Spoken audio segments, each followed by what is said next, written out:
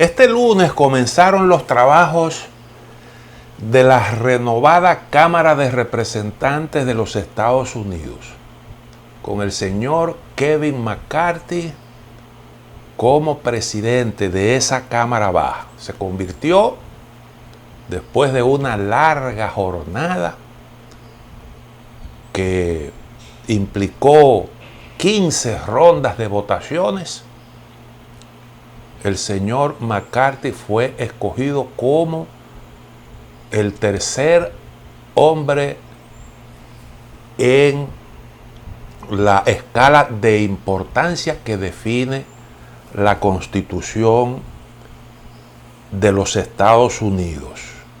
Después del presidente, la vicepresidenta, en el orden sucesoral sigue el presidente de la Cámara de Representantes. Lo fue durante un tiempo, ocupó esta posición, la demócrata Nancy Pelosi. Pero en las elecciones de medio término pasado, el Partido Republicano logró una pequeña mayoría que le permitió hacerse con el control de esta importante Cámara. Kevin McCarthy es un experimentado representante por el 23º Distrito Electoral del Estado de California. Fue escogido por primera vez en el año 2006 y ya en el 2014 se convirtió en el líder de la bancada demócrata en esa Cámara. Por tanto, el hombre que la mayoría prefería para ocupar el puesto de presidente era el señor McCarthy. Pero ocurre que tropezó con la oposición de una veintena de representantes republicanos de la extrema derecha. En los partidos políticos en Estados Unidos hay grupos distintos que se crean en función de unos intereses comunes. En este caso, bueno, pues hay un grupo, el Freedom Caucus, grupo de la libertad, que reúne a todos estos extremistas de la derecha que se opusieron a McCarthy porque lo consideran que no es lo suficientemente conservador y que no era el hombre ideal para hacerle frente a la agenda de la administración demócrata dirigida por el señor Joe Biden. Y se opusieron sistemáticamente a su escogencia. Esa veintena pudo obstaculizar la elección porque las diferencias entre demócratas y republicanos en la Cámara es mínima. Y para la elección, entonces, esos 20 votos pesaban mucho. McCarthy adoptó la táctica de presentar ofertas atractivas a ese grupo, porque era una lucha por el rumbo de la Cámara y su agenda. Y entonces el señor McCarthy hizo concesiones en ese sentido para lograr neutralizar esa resistencia. Y funcionó. La estrategia funcionó, aunque muchos le decían, le sugerían que dejara eso porque era degradante exponerse a todos esos cuestionamientos que se estaban haciendo. Le funcionó, aunque tuvo que hacer concesiones importantes y su programa se verá afectado precisamente por todo eso. O sea, esa veintena de legisladores consiguieron condicionar la presidencia de McCarthy y las concesiones fueron importantes. ¿Cómo se procedió? Entonces hubo unos 6 representantes que decidieron abstenerse y por esa vía entonces, después de haber pactado lo que se pactó, entonces el señor McCarthy pudo conseguir 216 votos, los 216 votos que necesitaba. ¿Cuáles fueron esas concesiones? Bueno, primero se comprometió a restablecer una antigua norma de la Cámara que permitiría a cualquier miembro convocar una votación para destituir al presidente. Si un representante somete una moción de ese tipo, entonces habría que volver a una votación. El paquete de medidas que se aprobó también compromete a McCarthy con gestiones para elevar, para evitar que se eleve el gasto público, para que se impongan nuevas cargas impositivas y para que se aumente el techo de la deuda. Son temas que siempre han estado en discusión en Estados Unidos y prevé la representación de los conservadores en la Cámara, lo que supone la incorporación de los republicanos en algunos comités importantes. 3 asientos, según ha trascendido, le ofrecieron a los conservadores en el poderoso comité de reglamento, que es el responsable de controlar los anteproyectos que llegan al pleno de la Cámara. Quiere decir que van a tener ahí un apoyo, una buena participación como consecuencia de todo este escarceo.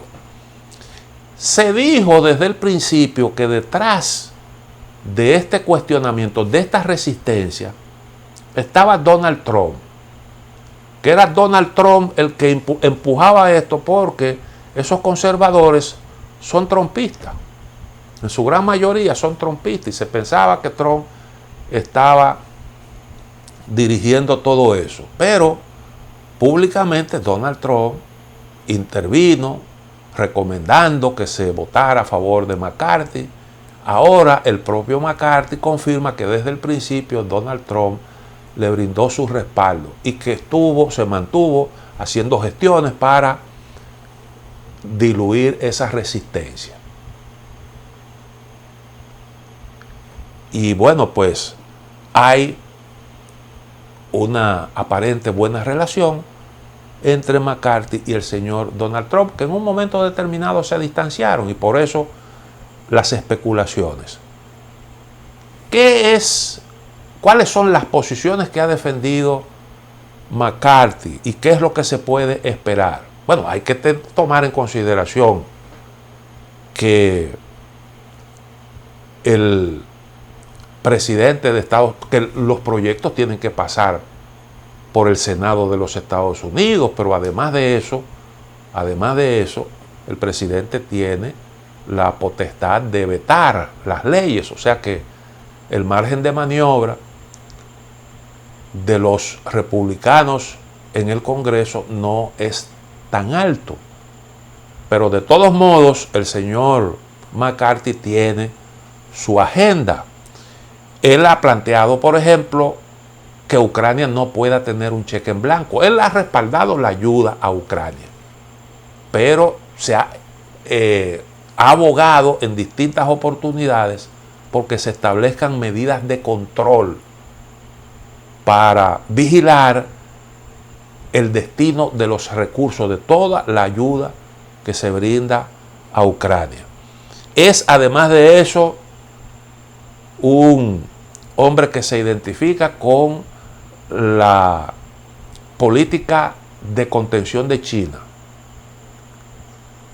y habla de que hay que hacer un esfuerzo por lograr que las empresas radicadas en China vuelvan a Estados Unidos, como una manera de debilitar la economía de este país. Y ha propuesto la creación de una comisión bipartidista para abordar el tema de la competencia con China. Otros asuntos son la limitación del gasto en defensa. Los republicanos son partidarios de que se produzca un recorte en el gasto, en el presupuesto militar de los Estados Unidos. Y también son partidarios de impulsar varias investigaciones, entre estas la del hijo del presidente Joe Biden, Hunter Biden, por aquellos vínculos que tenía con Ucrania. Ustedes recuerdan que ese fue incluso motivo de un juicio político al hoy expresidente Trump por presiones que le hizo a Zelensky para que investigara en qué anduvo Hunter Biden en Ucrania, que tenía ahí unas relaciones con oligarcas de ese país. Además, es partidario de que se investigue el Departamento de Justicia y el FBI por todas las investigaciones que han decidido hacer y que han involucrado al expresidente Trump. Es partidario también de que el Congreso se involucre en la crisis fronteriza, que se investigue también la retirada de Afganistán y además de eso los orígenes del COVID-19. Se opone a que la administración contrate 87,000 nuevos agentes de impuestos sobre la renta. No está de acuerdo con eso porque dice que el gobierno debe ayudar y no perseguir. Y entonces también se opone a esa decisión del gobierno del presidente Biden. No descarta tampoco la posibilidad de someter al propio Biden a un juicio político, que sería una forma de devolverle la pelota, porque los demócratas trataron en 2 oportunidades de destituir al presidente Donald Trump. Bueno, Estados Unidos, con esta situación que muchas veces nos pone a pensar que hay un proceso involutivo en esa sociedad que tiene distintos problemas que no tenía hace apenas un tiempo. Llegamos al final de A Quemarropa. Mañana, Dios mediante, estaremos nuevamente con ustedes.